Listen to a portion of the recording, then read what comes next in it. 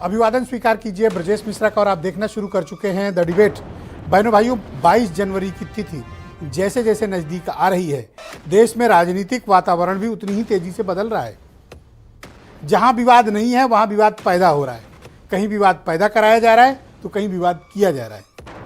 कई जगह खुद से विवाद हो रहा है और कई जगह स्पॉन्सर्ड विवाद भी है। अब अयोध्या का मामला है। राम मंदिर के प्राण प्रतिष्ठा की तिथि मुकर्रर हो गई है, लेकिन असदुद्दीन ओवैसी को लगता है कि उनकी मस्जिदें छीनी जाने वाली हैं।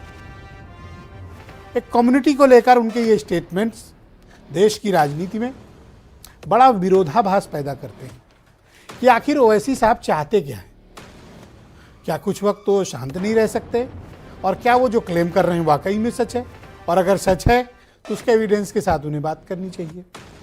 लेकिन ये सब तभी क्यों होता है जब चुनाव नज़दीक आता है। हमें इसके राजनीतिक निहितार्थ बहनों भाइयों खोजने होंगे। आज चर्चा इसी विषय पर।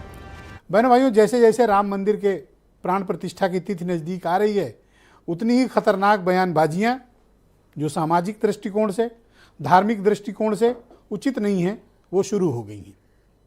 जहाँ बयान नहीं है वहाँ भी बयान दिए जा रहे हैं। जहाँ बयान नहीं भी देना चाहिए वहाँ भी कई नेता बढ़ चढ़ कर बयान दे रहे हैं।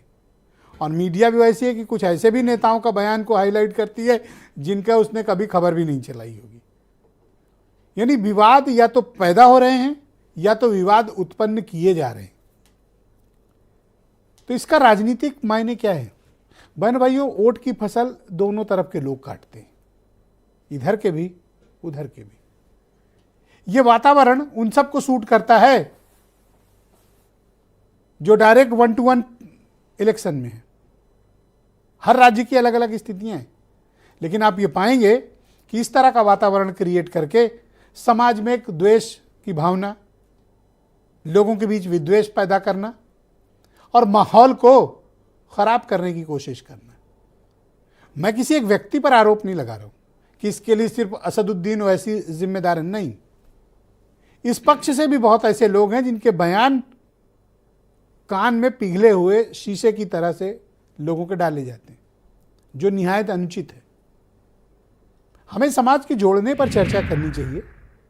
ये कौन लोग हैं जो समाज को प्रतिदिन बांटने की कोशिश करते हैं?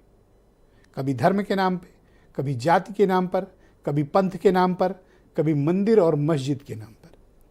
बहन भाइयों, ऐसे लोगों का चिन्हीकरण होना आवश्यक है ताकि समाज में उनको अलग थलग किया जा सके, उनको मुख्य धारा से अलग थलग किया जा सके और समाज के एक हम सामूहिक विकास पर काम कर सकें। क्या इस देश की राजनीति सिर्फ वोट लेने के लिए समाज में किसी भी प्रकार का विद्वेष उत्पन्न करने की है या फिर समाज को एक रखकर आगे बढ़ने की है?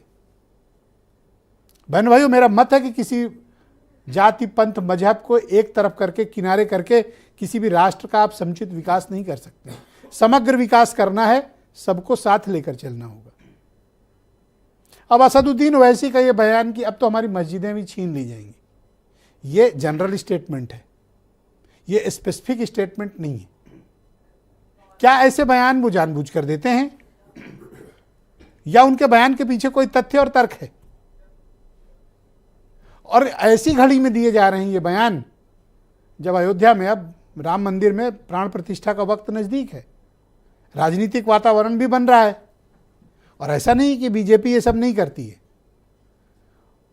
बीजेपी को अच्छा लगता है कि असदुद्दीन ओवैसी जैसे नेता इस तरह का बयान दें ताकि उनको अपनी बात को एक्सेलरेट करने का मौका मिले। तो क्या ये सब मिलकर कोई गेम है या फिर वाकई में उनके पास कुछ तथ्य और तर्क हैं, उनकी पीड़ा है और उस पीड़ा का प्रकटीकरण वो कैसे करते हैं? हमें इस बारे में बड़ी गौर करने की ज़रूरत है, क्योंकि ये बड़ा क्रूशियल टाइम है। अब से 60 दिन के बाद इस देश में चुनाव है। 5 से 10 मार्च के बीच, बहनों भाइयों, मैं लगातार इस बात को दोहरा रहा हूँ डिबेट में, 5 से 10 मार्च के बीच तक आचार संहिता एक्सपेक्टेड है कि आ जाएगी। तो वक्त कितना बचा? 60 डेज, 60 दिन, काउंटडाउन शुरू चुनाव घोषित होने में। और बस सारा खेल इन्हीं 2 महीनों का है। लिहाजा इन 2 महीनों में उन नेताओं का नाम एक डायरी बाएं हाथ और राइट हैंड पे 2 कॉलम बना लीजिए, उनके नाम और बयान लिखते रहिए कि इन दिनों वो क्या बयान दे रहे हैं। फिर आप देखिएगा कि 60वें दिन उसका नतीजा आपके सामने क्या होता है। हमें ऐसे नेताओं को चिन्हीकरण करने की आवश्यकता है।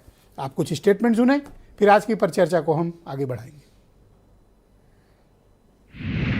नौजवानों, तुमसे मैं कह रहा हूं, हमारी मस्जिद हमने खोदी और वहां पर क्या किया जा रहा है आप देख रहे हैं। नौजवानों, क्या तुम्हारे दिलों में, हमारे दिलों में तकलीफ नहीं होती कि जिस जगह पर हमने 500 साल हय्या अल सलाह और हय्या अल फलाह की सदाएं दी, जहां पर हमने बैठकर कुरान करीम का जिक्र किया, जहां पर हमने बैठकर सलातो सलाम के नजराने पेश किए, आज वो जगह हमारे हाथ में नहीं है। उस मस्जिद को बहरहाल खत्म कर दिया गया और जबरदस्ती ताकत के बलबूते पर सब लोगों ने मिलकर उसको मिस्मार कर दिया और खत्म कर दिया। यहाँ तक के अब उस पर यानी मंदिर बनने का आदेश हो गए। तो ये उस पर सोने पे सुहागा और ये किया कि मस्जिद हमारी शहीद कर दी और उस जगह मंदिर बनाया जा रहा है। इस देश के तमाम विपक्षी दलों को यह रास नहीं आ रहा है कि अयोध्या में प्रभु राम लला का दिव्य और भव्य मंदिर बने। इसीलिए आज जानबूझ करके भड़काने वाली बातें कह रहे हैं, तरह तरह के ऐसे बयान दे रहे हैं ताकि समाज में कैसे सांप्रदायिक सद्भाव बिगड़ जाए। असदुद्दीन ओवैसी बर्दाश्त नहीं कर पा रहे हैं कि प्रभु राम लला का इतना दिव्य और भव्य मंदिर बन रहा है। तो बहनों भाइयों, आज की परिचर्चा को आपने देखा कि दोनों पक्षों को कितना मजा आ रहा है इस तरह की बयानबाजी करने में। आसिम वकार MIM के राष्ट्रीय प्रवक्ता हैं, फखरुल हसन चांद समाजवादी पार्टी से हैं, संजय सिंह भारतीय जनता पार्टी से हैं, उमाशंकर पांडे कांग्रेस से हैं, अमरनाथ मिश्रा जी अयोध्या सद्भावना समिति के अध्यक्ष हैं, मतीन खान मुस्लिम लीग के अध्यक्ष और सैयद मकसूद अशरफ जाने माने इस्लामिक स्कॉलर और वीरेंद्र सिंह जी हमारे स्टेट हेड। आप सभी का बहुत शुक्रिया।